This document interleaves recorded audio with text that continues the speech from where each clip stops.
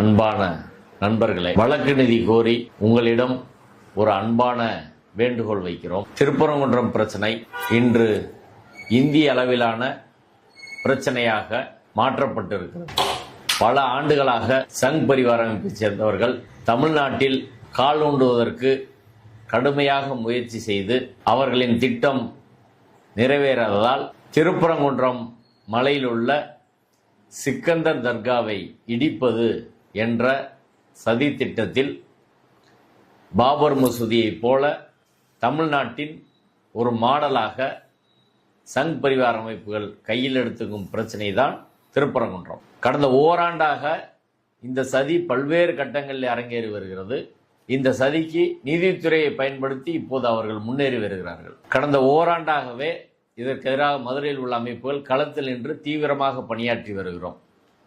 அதே சமயம் நீதிமன்ற நடவடிக்கையில் கடுமையான ஒரு ஃபைட்டை நம்ம எதிர்கொள்ள வேண்டிய அவசியம் இருக்கிறது. ஏற்கனவே ஆடுகோழி வெட்டக்கூடாது, சிக்கந்தர் மலை என்று அழைக்கக்கூடாது, நெல்லித்தோப்பில் தொழுகை நடத்தக்கூடாது என்று நடத்துகிற வழக்குகள் ஒரு செட்டு. அடுத்து முருக பக்தர்கள் மாநாட்டு வழக்கு, இப்போது கார்த்திகை தீபம் தொடர்பான வழக்கு, இப்படி வரிசையாக பல்வேறு வழக்குகள் நடந்து வருகிறது. ஏற்கனவே அந்த ஆடுகோழி வெட்டக்கூடாது என்பதற்காக தர்கா தரப்புக்காக நான் ஆஜராகி வாதிட்டேன். முருக பக்தர்கள் மாநாட்டு, இந்து முன்னணி நடத்திய மாநாட்டுக்கு எதிராக அனைத்து சாதி அர்ச்சகர் மாணவர் சங்கம் தலைவர் ரங்கநாதன் அவர்கள் பெயரில் இடையீட்டு மனு தாக்கல் செய்து வாதிட்டோம். இப்போதும் இந்த கார்த்திகை தீபம் பிரச்சனையிலே அனைத்து சாதி அர்ச்சகர் மாணவர் சங்க தலைவர் ரங்கநாதன் அவர்கள் பெயரில் இடையீட்டு மனு தாக்கல் செய்து அந்த வழக்கிலே பேசி வருகிறோம். இதோடு தர்கா எல்லா தரப்போடு ஒருங்கிணைந்து அதற்கான பணிகளை முன்னெடுத்து வருகிறோம். ஆனால் இதில் எங்களுக்கு என்ன பிரச்சனைனா, கிட்டத்தட்ட ஒரு 6 மாதங்களாக இந்த வழக்கு பிரச்சனை போய்கிட்டு இருக்கு. நிதி ஒரு மிகப்பெரிய பிரச்சனையா இருக்கு. நாங்கள் ஜெராக்ஸ் மட்டும் நான் தனிப்பட்ட முறையில் ஒரு 25,000 ரூபாய்க்கு ஜெராக்ஸ் மட்டும் எடுத்திருப்பேன். வழக்கு ஆவணங்கள், பிரஸ் ரிலீஸ் கொடுக்குற ஆவணங்கள் எல்லாம் அவ்வளவுக்கு எடுக்க வேண்டியிருக்கு. நேற்று சென்னையில் நீதிபதி ஹரிபரந்தாமன் அவர்களோடு நடந்த பத்திரிகையாளர் சந்திப்புக்கு ஜெராக்ஸ் மட்டும் 3000 ரூபாய்க்கு எடுத்தோம். எல்லாம் கலர் ஜெராக்ஸ் எடுத்து எல்லா டாக்குமெண்ட்டையும் கொடுத்தோம். அதுக்கு முதல் நாள் மதுரையில் நடத்தினா ஒரு 2000 ரூபாய்க்கு ஜெராக்ஸ் எடுத்தோம். இதில் உள்ள ஆவணங்கள் எல்லாம் பல 1000 பக்கங்கள் இருக்கிறது.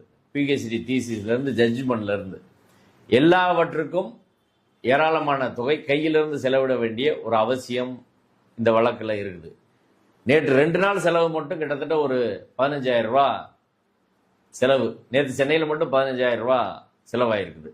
ப்ரெஸ் கிளப்புக்கு பணம் கட்டுறது, சென்னை போக்குவரத்து செலவு, அங்கே லோக்கலில் வாகனங்கள் எடுத்துகிட்டு போகிறது, இப்படி கையிலிருந்தே எல்லாம் செலவழிக்கக்கூடிய ஒரு சூழல் இருக்கிறது. தமிழகம் முழுவதும் இருந்தும் உலகம் முழுவதும் இருந்தும் தோழர்கள், நண்பர்கள் எல்லாரும் கூப்பிட்டு ஆதரவு தெரிவிக்கிறாங்க. இந்த பிரச்சனையில் சரியா பண்றீங்கன்னு சொல்றாங்க. அந்த அளவுக்கு அது மகிழ்ச்சியாக இருக்கிறது. இந்த நீதிமன்றத்தில் ஒரு பக்கம் பண்ணிட்டு இருக்கும்போது மத நல்லிணக்க கூட்டமைப்பும் இங்கே களத்திலே போராடி கொண்டு இருக்கிறோம். ரெண்டுக்குமே பிரச்சனை நிதி இல்லை என்பதுதான் எல்லாரும் சொல்றாங்க.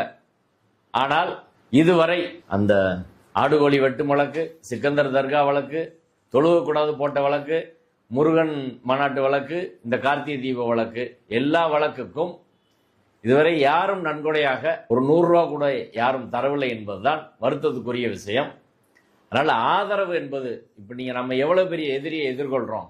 இந்தியா மட்டுமல்ல, அமெரிக்காவில் இன்னைக்கு அமெரிக்க அரசில் தங்கள் செல்வாக்கை கொண்டு வருவதற்காக லாபி செய்வதற்கு பல கோடிகளை கொடுக்கக்கூடிய RSS என்ற அமைப்பை எதிர்த்து, ஒன்றிய அரசை எதிர்த்து, வலிமையான நீதிபதிகளை எதிர்த்து ஒரு களத்தில் நிற்கிற போது இப்போ நம்ம தனிப்பட்ட வாழ்க்கைக்கான பிரச்சனை ஒன்றும் கிடையாது.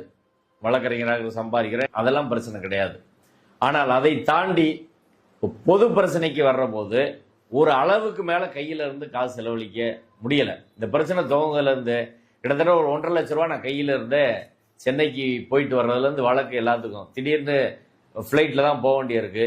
முக்கியமான இப்போ ஓய்வு பெற்ற நீதிபதி எல்லாம் கூப்பிடுற போது நம்ம சொன்னால் உடனே கிளம்பி போகணும். வேற எங்கேயும் அங்கே மறுப்பு சொல்ல முடியாது. ஒரு டிஸ்கஷன் கூப்பிடுவாங்க, அப்படிதான் இருக்குது. பல கூட்டங்கள் அது போல நடத்தியிருக்கிறாங்க.